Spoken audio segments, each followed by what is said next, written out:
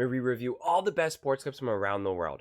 If this is your first time checking out a video, please do consider subscribing. We are building an amazing community here, and I would absolutely love to see you part of it. I want to build something that we all genuinely feel connected to, something that we're really excited to be part of, and I think we're well on our way to doing it. So without further ado, let's get to it. We're watching a clip of First Things First, talking about Jayson Tatum and on being the face of the NBA. We've been talking a lot about this over the last few days. Who's going to be the next face of the league, especially after LeBron and Curry are gone. And, you know, can it be an international player? And if it's an American player, who is it going to be? And to me, this has been such a fascinating conversation, especially because a lot of people are talking about how you have to win. And even Jayson Tatum mentions this in his quote, which you can see up there. And the one thing that I really want to point out, and although I'll wait because I want to see if they set me up to point out. I pointed out in a previous video, but I want to see if they set me up based on some of the parameters, what they say. But I think I would love, I just want to say this off the top, I would love for a player like Jayson Tatum to be the face of the league. I think he's just a good human being, a good person. He's someone who I want to see succeed and cheer for, and just an overall good person. He's the type of person that you want to see represented, you know, in professional sports and just pop culture and just in general, right? You want to see that type of person be elevated, and it's why I took such issue with like a Ja Morant, because quite frankly, I'm like disgusted by all those types of things. And I'm not like some old man saying get off my lawn. It's just not what I want in my personal life or in the world or the country anymore. It just doesn't interest me. Same thing with other players, and you know, most notably you see this in football all the time, just people that are just so overtly cocky and crybabies and whinings. Like, I'm just over the OBJs of the world, the AJ Browns of the world. Like, I'm over that. I loved it as a kid when I was younger. T.O. I loved, obsessed with, and then in hindsight, all those antics, I'm like, oh my God, man, I just don't want it. I really don't. And maybe it is. You're just getting older. But that's why Jayson Tatum, he's just a good person. And you can see it. And he's a humble person. Although it seems like he's getting a little bit more like I am him. Which, you know, okay, I get it. But I'm really curious to see what they have to say with regards to this. And then we can break it down from there. But yeah, let's get into it. I feel like if we win a championship, it would be more distinguished and clear. But I understand I'm in that short list for sure. Brew, do you think Tatum can be the best, the face of the league? Let me say this about face of the league. It is not an easy thing to be. And I don't mean the pressure that comes with being the face of the league. I mean, there are only a handful of guys that have been the face of the league. Mm-hmm. If we go back, we're talking about Dr. J. Oh, I love this. Kareem, kind of, sort of. Not really. Really, right. Kareem but Dr. was the best J, forever, but wasn't the face of the league. Yeah, I mean, when he was a face, if you want to say in the If they don't say Iverson, I'm going to go nuts. 70s, Maybe. before Dr. J, Yeah. that's when the league was kind of down. Yes. So you go Dr. J, Magic, Bird, Yeah. Jordan, Kobe, Shaq, LeBron, Steph. That's it. That's probably it. So No, it's KD, never the face of the league. Duncan. Oh my Olajuwon, Duncan, never the faces of the league. Even though they're perennial all-stars, easy Hall of Famers, some of the best to even ever do it. So you're talking about how many, like 8 guys in the history 40 of the years. I planet? mean, now, you have certain guys who are among the faces. Durant, clearly, among the faces of the league. Barkley, Isaiah Thomas, Karl Malone, Moses Malone. Like, they were among the faces, right? The stars you thought of when you thought of NBA. But the guys- But the 1 or 2 guys? The face of the league, here's a synonym for it. If you were to look upon a time in NBA history and attach a player's name to that era. That's good. You know what I mean? That's The a good way to Bird think of Magic it. era, the Jordan era, the Shaq Kobe era. Right. Even though Duncan won more than Shaq and Kobe, or he won as much as Kobe, more than Shaq. That was, you know what I mean? There, and then You could the say LeBron, he may have had an era or been one of the, but Yeah, he wasn't, won the clearly face. wasn't the face of Won the league the by any face. stretch. So go ahead, I So know. you have to have not only the game, winning to some, all those guys obviously won at a high level, but you have to have the charisma. There's an it factor. I say that about this job, whether it's TV or radio. There's an it factor. Yeah, bad boy. You got the it factor, Yeah. all right, Yeah, especially yeah. as the bad boy. But no, there is something like that. And Jayson Tatum is not on the Duncan level where it's just like he just doesn't really have that personality, or Jokic doesn't want to do it, whatever. but he's not on the Steph or LeBron level. He's kind of in between. So I think with Jayson Tatum, for me, for him to become like the face of the league, which I think is probably not likely, they'd have to become a dominant dynasty. Yeah. Like they'd have to win like 2 straight, 3 out of 4, where they were clearly the best team. They're winning. He's the best player. His game is it's easy on the eyes. It's fun to watch. So that's what would have to happen though. Outside of that, which I don't think is likely, I don't think face of the league. Yeah. Go ahead, Wilds. I'm sorry. No, I thought it was interesting when you laid it out like that. I was like, oh, is Tatum's game, which is, top 5 in the world, just not unique enough? Where you're like, Yes. This is the point that I wanted to make, and this is why I wanted to pause it, because I want to make the point. So this is why I said you don't have to be winning. Winning helps, without a doubt, of course, right? And you also, though, or instead of winning, need to have such a unique factor to you, okay? Which is why Steph, just because of his three-point shooting, would have been the face whether he won only 1 championship, no championships. As long as they were competitive in the playoffs, people were going to become obsessed with Steph. Don't get me wrong, winning really magnified that and really helped that, but he was still going to win the MVPs regardless, right? He was still going to be a 2-time MVP regardless of that, unanimous MVP. So that didn't really matter. So he was going to be famous. He was going to be the face of the league. Everyone was going to love him because he's charming. He's good looking enough. He's a family guy. He's got the most beautiful little girls ever. All of that. Like all of that it builds, because you have to think when you're the face of the league, you're not only attracting the diehard fans, the ones who don't give a crap about how good looking you are, but then also the ones who are the little kids who a lot of young kids do pick players based off of just who's good looking, even guys or girls, even if it's just the attraction factor, right? It's just like we like attractive people, I don't even mean like sexually or romantically. It's just in general. If you ask a lot of young kids, boys and girls, who's your favorite player, a lot of times they just pick someone who looks cooler, who's more attractive, who looks like, whatever it may be. And then of course the parent factor, right? Like the moms and dads of the world who maybe they're big fans or maybe they're just more casual fans. It's like Steph Curry is like, more easily able to get behind because my mom has seen the interviews and has seen the videos of his cute little girls crawling all over him and, talking in the microphone, right? Like that wins over my mom. And like, it's this whole culmination of the face of the league in that regard. So you wouldn't have to win. You obviously have to be competitive and you can't be a scrub, but I don't think you truly have to win, although it obviously really helps. And again, my point is that Iverson did not win, but he was an MVP, scoring champion, and his game was so unique.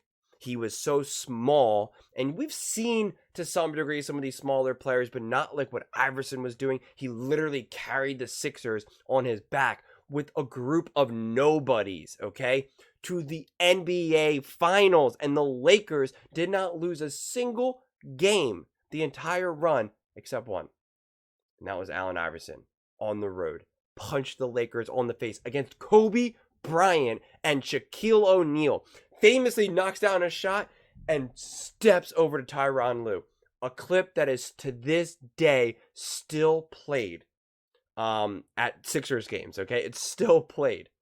Allen Iverson was an all-time shoe sales. So he was clearly the face of the league. Okay, he was clearly up there with Kobe and Shaq and Iverson, and Shaq knows it too, and Kobe knows it too. Shaq just came out and did a podcast with Iverson and said that he believes that in this modern era he would average 40 points. LeBron James said growing up Iverson was his favorite player. Okay. And there's even a video of them playing an all-star game together in the locker room, and you can just see like LeBron is looking at Iverson with just like gigantic eyes, okay? So Iverson's clearly the face of the league, and I'm actually shocked that Brew didn't say it. I could understand why Nick Wright or Wild didn't say it, but I'm shocked. Brew covered the league for so long. I'm really genuinely shocked that he would even remotely leave out Iverson. Iverson is what brought hip hop culture to the NBA. He's the one that brought like that more swag and kind of, more of this more like urban mentality. Like that was all Iverson, and everyone credits him for that. This is really not my opinion. I mean, it's really, really not. So I'm honestly shocked by it. But like what Wild was trying to say is that is Tatum's game not unique enough? And that's why Steph Curry's game was unique enough, making these insane threes. LeBron James, obviously dominant, also winning. Shaquille O'Neal, so massive that his game was so unique and dominant. Kobe Bryant, dominant and winning. Allen Iverson, game so unique and just so wildly popular. So wildly popular. And I think that that's the thing that you have to look at.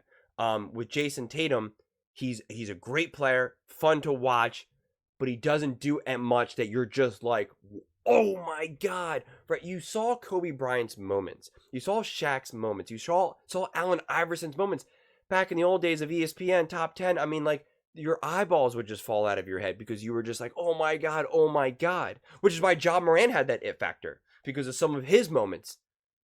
Unfortunately, his personality didn't follow suit with that. Jayson Tatum doesn't have that. He doesn't have those moments. That's what makes it harder for him to become the face of the league.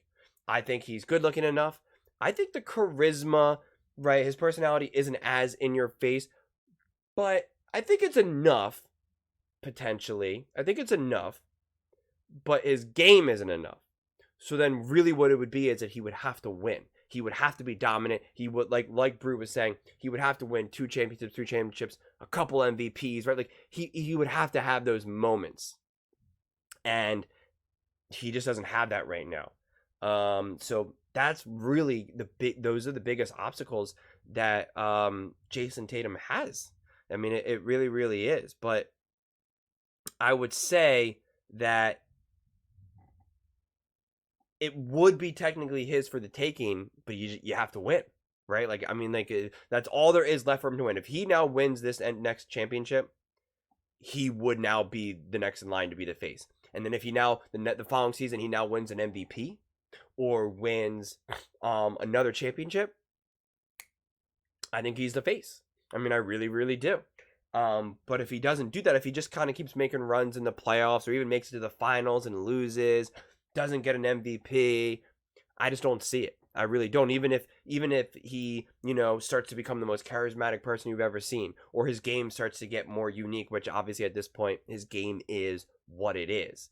I wouldn't even say Kobe Bryant's game was so unique, but he played so hard and he won.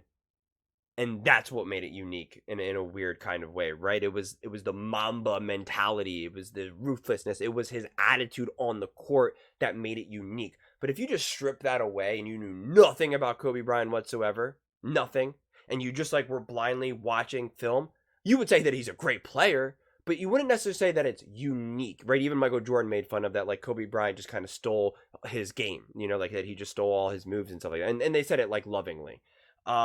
So it wasn't necessarily this super special game itself. I'm a massive Kobe Bryant fan. These are no hits at Kobe. It's just different. If you were watching, just again, you knew nothing about anything. You didn't know the scores. You didn't know the championships, the rings. You look at Shaq and you go, oh my God, look at that guy. You look at LeBron James and you're like, oh my God, the guy's a freight train. Look at him. You look at Allen Iverson and you say, how is this guy putting up 40, 50 points when he's literally 6 feet tall, 165 pounds soaking wet while he's playing with monsters? How does he scoring on Shaquille O'Neal? It's just a different energy. Steph Curry, you're like, oh my God, how many threes did he just make? He made 9 threes? In 2 quarters? He made 5 threes in a row? What? It's just different. But Kobe was winning. Kobe was like, Mamba mentality, and I'm winning. And I'm in LA. I don't know if Kobe would have been the face of the league if he didn't win those championships. Honestly. Because his game, wasn't... because, again, what made him special, again, was that Mamba mentality led to winning. LeBron James was the face of the league well before he won those championships. I mean, he was absolutely the face of the NBA before he went to Miami and won. He was the face of the league in Cleveland. which especially at that time was just like a nothing franchise. No, you never met a casual fan who was like, I love Cleveland. You didn't see that. But you would meet casual fans who were Philly fans, New York fans, LA fans. Like you would see that all the time.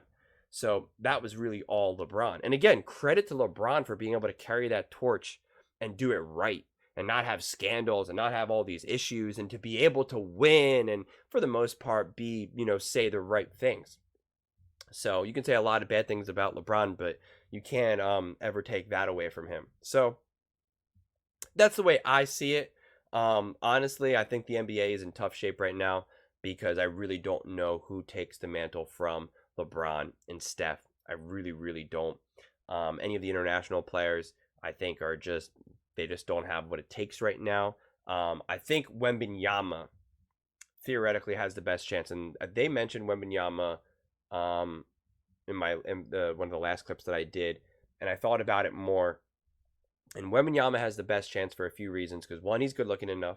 Two, his game is unique enough, and he looks interesting enough, right? Because he's so tall and lanky, which is also slightly weird because his game then is a little bit harder for people to identify with, which is also a factor too. But you can get past that because no one at home looks at Shaq and thinks that they're Shaq. But a lot of people like to pretend that they're Shaq, which is now a fantasy and a daydream, and why we love superhero movies because we like to imagine what it would be like to be like Captain America or an Iron Man. Those are all those factors as well. And as well as that, he's international, but he's from France, which I actually think makes a difference. Most people have no idea where the heck Luka is from or where the heck Jokic is from. They're like, well, I don't even know what that is. Serbia, this, that, where is that guy Russian, German? What is he? They have no idea. They have no idea. And it's not cool to even really like those countries where they're from. But France, that's cool. It's cool, right? It's one of the main countries in the world. You got France, you got England, you got America, I guess technically Canada within the realm of sports, and maybe like Japan or something, or China, right? But it's like those countries are relatively like cooler to like. You see more pride of those countries, flags of those countries. You meet other people and they're like, I'm from France. My parents are French. Like it's a different energy that I think more people, and especially I'm speaking about the American general population, would be more okay with saying, okay, that's the guy. That's the face of the league. I don't know if you're getting that if some guy's coming from like Poland or something. I'm making up random countries here, but like I personally don't see it personally.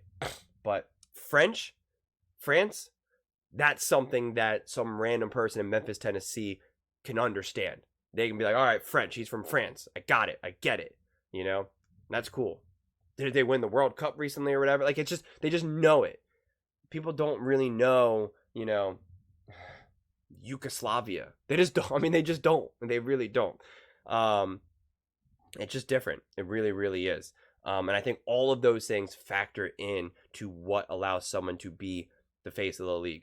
There is one other comment that I wanted to address that someone commented that will just say here. I wish I had the comment queued up. Unfortunately, I won't be able to, get it. But he said that it's harder, that you need to have that a white person, that you don't have to necessarily connect or relate to the player for them to be able to be the face of the league. And I argue that you do. And he said, well, what about, when, he named a player, I forget which player, some player who grew up in the projects, inner city, was black. Like, how is he relating to some wealthy white, or not even wealthy, just like upper middle class white guy? And the reality is that you don't have to come from the same neighborhoods. You don't have to have the same experiences, but you can still build a connection. And I read that comment and I went to my dad and said, Dad, why did you like Allen Iverson? What made you connect with him, right? You guys have had two completely different lives. And he said, well, because he was so small and it was so amazing to see what he could do on the court and what he could accomplish and how he was able to succeed at such a high level and do such special things with people that were twice his size. And then my dad said, as a smaller guy, he goes, I really loved that. That's that connection. But my dad's white. My dad didn't grow up in the projects. I mean, he grew up in like a rough around neighborhood in Philly, and didn't have the best upbringing, right? And he wasn't just this like living young and rich and, you know, was eating, you know, shrimp cocktail. But that wasn't what he was connecting the dots for.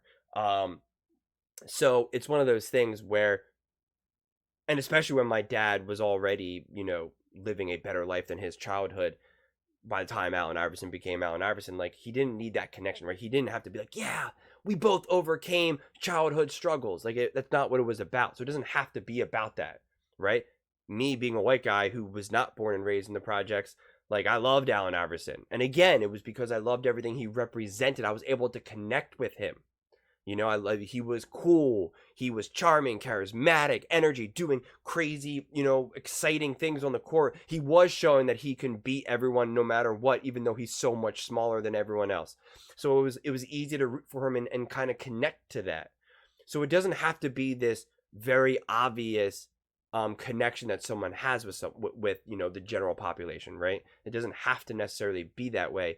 You can connect with other players for a multitude of reasons, right? People can connect with Jalen or with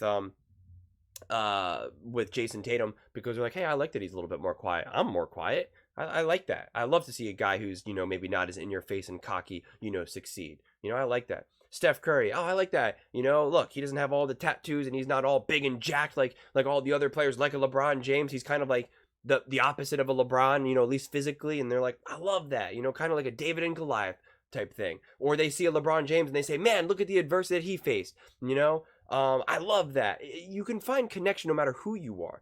Jeff Bezos, a billionaire who's making all this money, can look at some guy, you know, some basketball player who grew up poor in the projects and connect somehow. You just have to find that connection. And that's what you need to have to be the face of the league, from my viewpoint. Or you throw that all out and you just have to be so freaking dominant and you have to just keep ripping off wins. It's one or the other. But those are my thoughts. I would absolutely love to hear yours. If you think what I'm saying is the most ridiculous thing you've ever heard, please let me know in the comments below. If you think what I'm saying is the most amazing thing, then definitely please let me know. Either way, let's get into some discussions. Let's get into some fights. But ultimately, let's just have some fun.